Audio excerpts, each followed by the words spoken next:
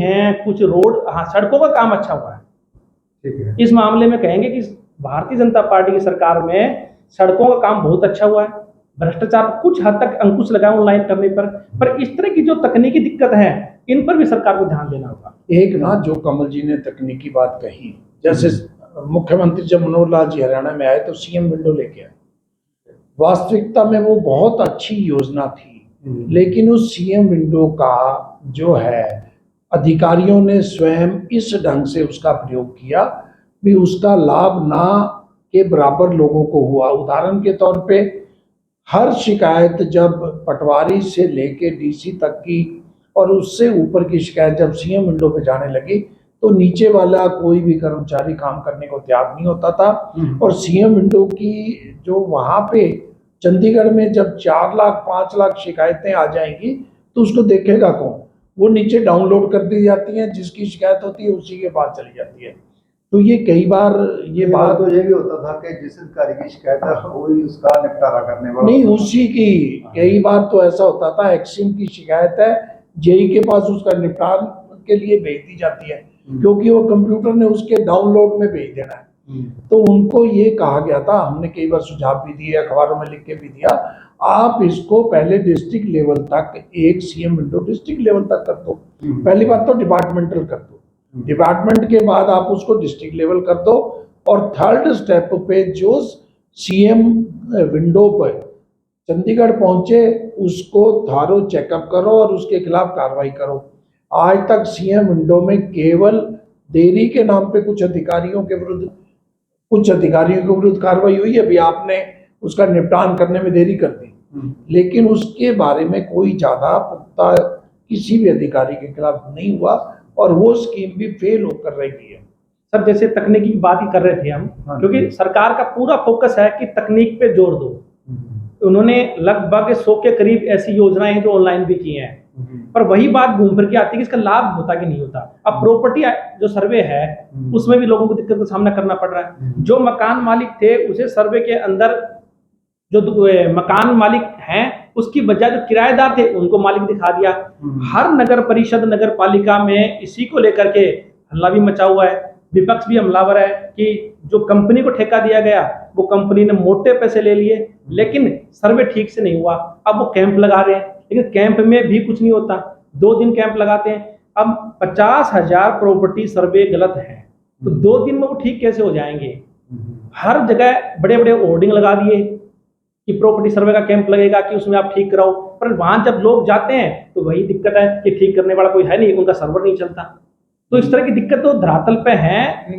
इसके बावजूद अन्य दिक्कतें भी हैं, जैसे कि सबसे बड़ा भ्रष्टाचार है जो तहसील कार्यालय में हो रहा है जी, कि जब भी कोई छोटे से छोटा काम भी जाता है तो वहाँ पैसे के बिना कोई काम नहीं होता।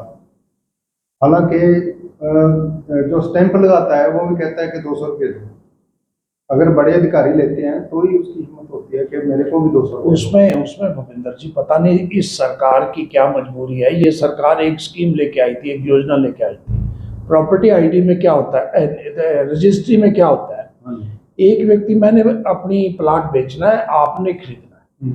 ये पूरे फॉरेन में, यूरोपियन कंट्री में, यूएसए में ऐसा होता है जैसे यहाँ सीए सर्टिफिकेट देता है उसी प्रकार जो आर्किटेक्ट होता है और प्रॉपर्टी डीलर जो होता है वो रजिस्टर्ड होता है और वो साइन करता है, आर्किटेक्ट जो है उसके ऊपर साइन करता है और वो प्रॉपर्टी गवर्नमेंट को उसका टैक्स चला जाता है, एक प्रॉपर्टी दूसरे को चली जाती है। अब यहाँ क्या सिस्टम है, इन्होंने ऑनलाइन कर दिया, ऑनलाइन के नाम पे आज उसका कूपन निकालो। एक व्यक्ति दिल्ली से आया करने के लिए, उसका 3 दिन बाद उसको कूपन मिल रहा है, टाइम मिल रहा है, वो 10,000 5,000 देगा, मेरी आज कर दो रिक्वेस्ट करेगा, फिर उसका सिस्टम कर देंगे। उसके लिए गवर्नमेंट ने, हरियाणा गवर्नमेंट ने 1.5 साल पहले एक चीज लेके आए थे भी पूरे हरियाणा में किसी की प्रॉपर्टी कहीं पे हो, किसी भी अधिकारी के पास, एसडीएम लेवल के एसडीएम के पास, सीटीएम के पास, डीआरओ के पास, तहसील के पास, सभी को अधिकार है। हरियाणा में सभी अधिकारी जो एचसीएस लेवल के अधिकारी रेवेन्यू को जो देखते हैं, डीआरओ रेवेन्यू को देखता है, तहसीलदार उसको देखता है, सीटीएम देखता है, एसडीएम देखता है, चारों को अधिकार दे दिया जाए भैया आप अगर फतेहाबाद में हो, आप फरीदाबाद में हो, आप सिरसा में हो, आप उनके पास जाओ, दोनों पार्टी उनके पास जाके अपनी रजिस्ट्री कराओ। जब ऑनलाइन का मतलब क्या है, उसमें ये डिपार्टमेंट जो है वो डिप्टी सीएम के पास है।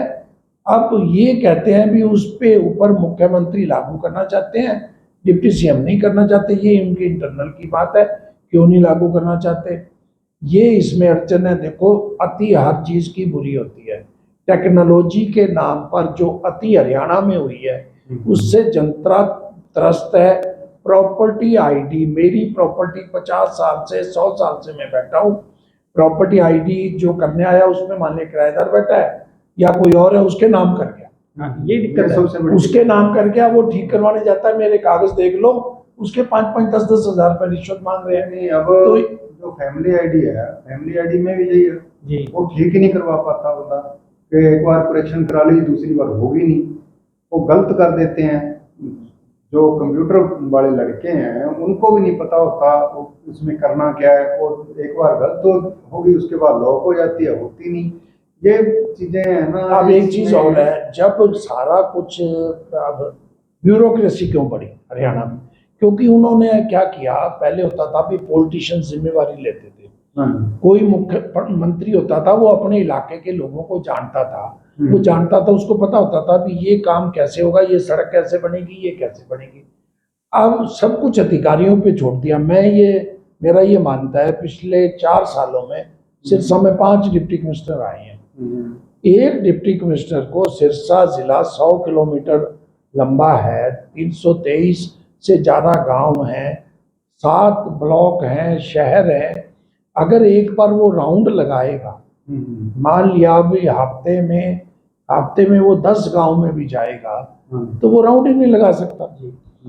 अगर वो रोज के भी जाएगा, 5-6 महीने बाद उसका तबादला कर देंगे, जब तक उसको डिस्ट्रिक्ट की समझ आती है उसका तबादला कर देंगे। इस सरकार में मैंने पहले ये देखा था, सब आम तौर पे 3 साल तक एक डिप्टी कमिश्नर को रखा जाता था।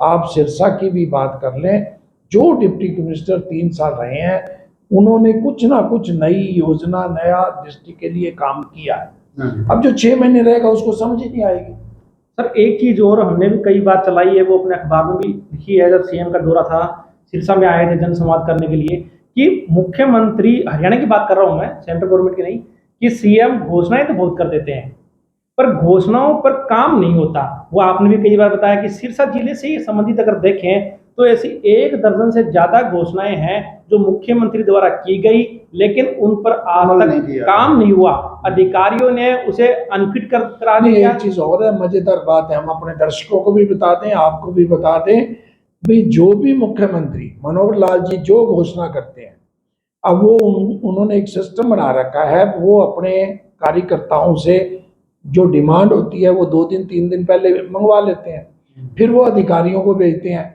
अधिकारी से पूछते हैं, बोलो भाई ये काम हो सकता है? अधिकारी कहता है जी हो सकता है। वो अधिकारी उस समय कहता है हो सकता है, मुख्यमंत्री घोषणा कर जाते हैं, बजट दे जाते हैं, उसके बाद कोई दूसरा अधिकारी आ जाता है, वो नॉट फिजिबल कर देता है। मेरा ये कहना है, मैं कई बार ये बात कह चुका हूँ, जो अधिकारी नॉट फिजिबल करे और जिसने पहले फिजिबल किया है, दोनों में से एक अधिकारी को टांगना चाहिए।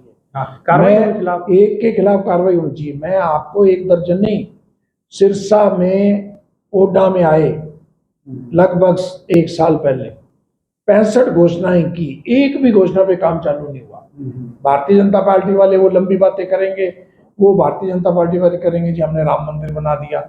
राम मंदिर भी जरूरी था, 370 भी तोड़नी जरूरी थी, कॉमन सिविल कोड भी जरूरी था, रोटी भी तो जरूरी है, सही बात है, आपको रोजगार भी तो जरूरी है।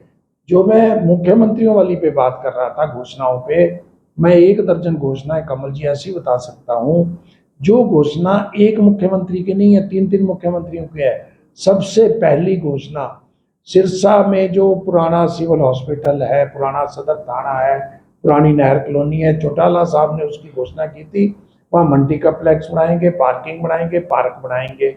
फिर उसको 2013 में हुड्डा साहब ने की, और फिर मनोहर लाल जी ने 20 जुलाई 2015 को उसकी घोषणा करी। मेरा ये मानना है उस परियोजना से सरकार को आज के दिन 200 करोड़ का लाभ होना है। वो इतनी कीमती जगह है जहाँ पे जंगल है, सांप घूम रहे हैं, वहाँ अब जो है एक थोड़ा ट्रैफिक थाना बना दिया पुरानी डीसी कोठी में, उसके साथ 10 एकड़ वो लैंड है। वो अधिकारियों ने पहले उसको फिजिबल किया, फिर नॉट फिजिबल किया, फिर टीसी गुप्ता की अध्यक्षता में एक हाई पावर कमेटी आई, उसने उसको फिजिबल किया, फिर भी वो नहीं हुआ। एक दूसरा, ये नगर पालिका सिरसा पिछले 45 साल से वो मतलब 4-5 जगह पे बदल चुकी है। 100 करोड़ की गलियां हर साल बनाते हैं, लेकिन उन्होंने कभी भी अपना कार्यालय नहीं बनाया।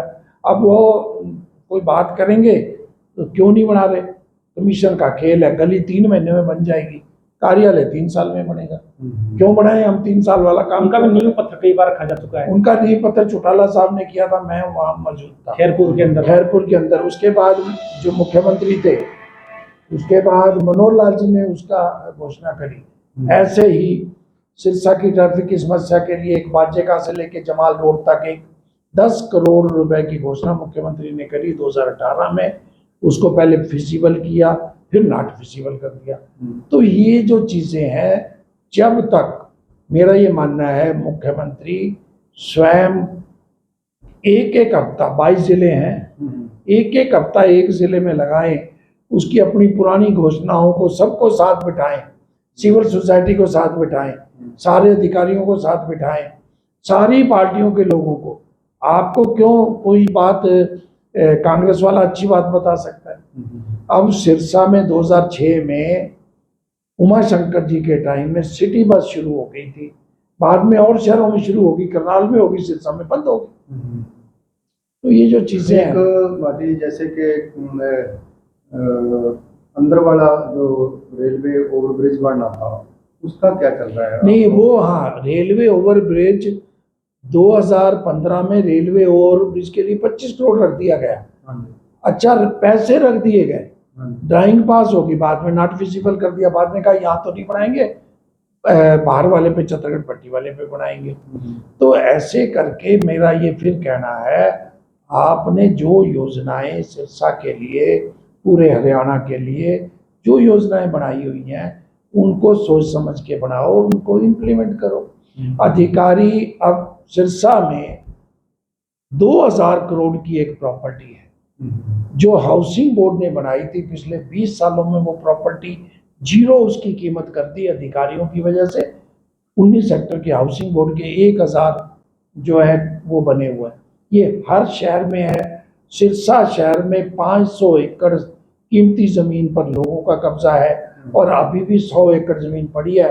अगर उसको नहीं संभालेंगे तो लोगों को कब्जा हो जाएगा। मेन बात ये है, हम इसको खत्म करेंगे अगले कुछ मिनटों में। मेन बात ये है, कोई भी लॉन्ग टर्म परियोजना पे कोई अधिकारी काम नहीं करना चाहता और कोई राजनेता काम नहीं करना चाहता। सर, वही बात, विकास की बात करें, सिरसा शहर की बात करें, तो बरसाती पानी निकासी के लिए पिछले 3 साल पहले काम शुरू हुआ था, जो रंगोई नाले तक लाइन डालनी थी, लेकिन 2 सीजन बारिश के निकल चुके हैं, अभी तक वो लाइन पूरी नहीं हुई। तो ऐसे प्रोजेक्ट जिन पर पहले लागत कम आने की संभावना होती है, उन्हें लटका दिया जाता है और उसकी लागत बढ़ जाती है, फिर वो बीच में धर्म लटकते हैं और लोगों को परेशानी होती है। वो 18 करोड़ का प्रोजेक्ट 35 का हो चुका है, फिर भी कंप्लीट नहीं हो रहा। और मजेदार और बता, क्योंकि मैं थोड़ा सा पुराना पत्रकार हूँ, मुझे पता, 1993 में सिरसा फ्लड से कुछ एरिया, सिरसा का मंडी का एरिया, रानिया रोड डूब गया, एयरफोर्स डूब गया। तो सेंट्रल गवर्नमेंट से सिरसा में ड्रेन डालने के लिए पैसे आए। 1996 में गणेशी लाल जी उस समय मंत्री बन गए थे। जब तक वो पैसे आए, अधिकारियों ने जाके बात रखी मंत्री जी के सामने, ये जी सीवर की जरूरत है, वो सीवर डाल दिया गया, ड्रेनेज सिस्टम खत्म कर दिया गया। सिरसा पुराने शहर में ड्रेनेज सिस्टम था। सिरसा का पूरा ड्रेनेज सिस्टम, शहर का ड्रेनेज सिस्टम भादरा तालाब में जाता था। भादरा तालाब को बाद में उसमें गंदा पानी डालने लग गए, लोगों ने उसका इतराज किया, वो ड्रेनेज सिस्टम बंद कर दिया।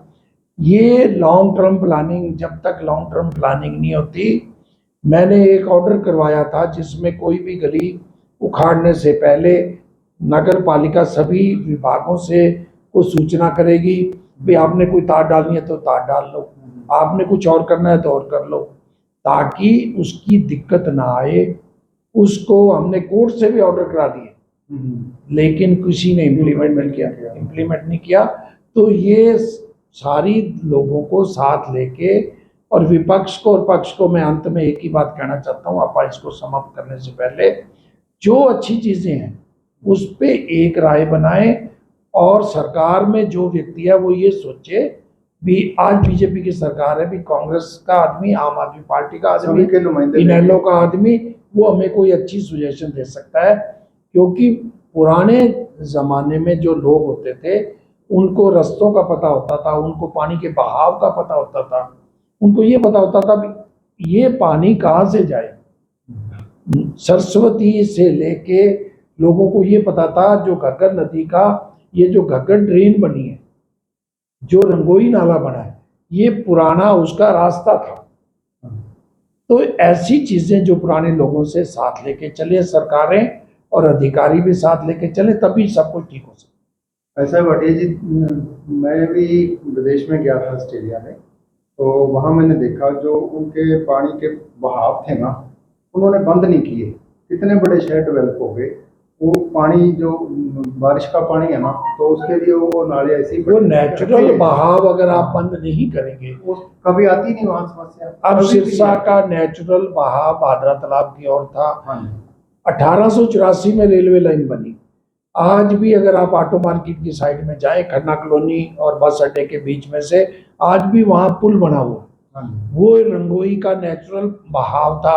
वो जाके भादरा तालाब, उसके बाद वो मंगाला झील बनता था, और मंगाला से घूम के फिर वो ओटू में गिरता था। उस सारे बहाव को हमने बंद कर दिया। तो झीलें, शहर जो हैं वो झीलें बनेंगी। चलो, आप अगर आपने शहर की डेवलपमेंट के कारण बंद कर दिया, तो आप ड्रेनेज सिस्टम करें।